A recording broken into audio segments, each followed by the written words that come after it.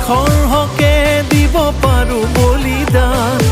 আই অসমী বুকুতে আছে ভাৰতীয়াই সদায় তেজত ধাৱমান। আমি নৱ ভাৰতৰে নতুন অসম, আমি নৱ প্ৰজন্মৰে নতুন অসম।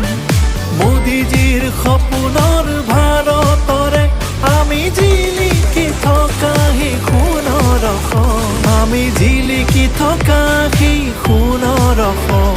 আজি মোদীজীৰ শুভ জন্মদিনত অসমীয়াই জনাও শুভকামনা।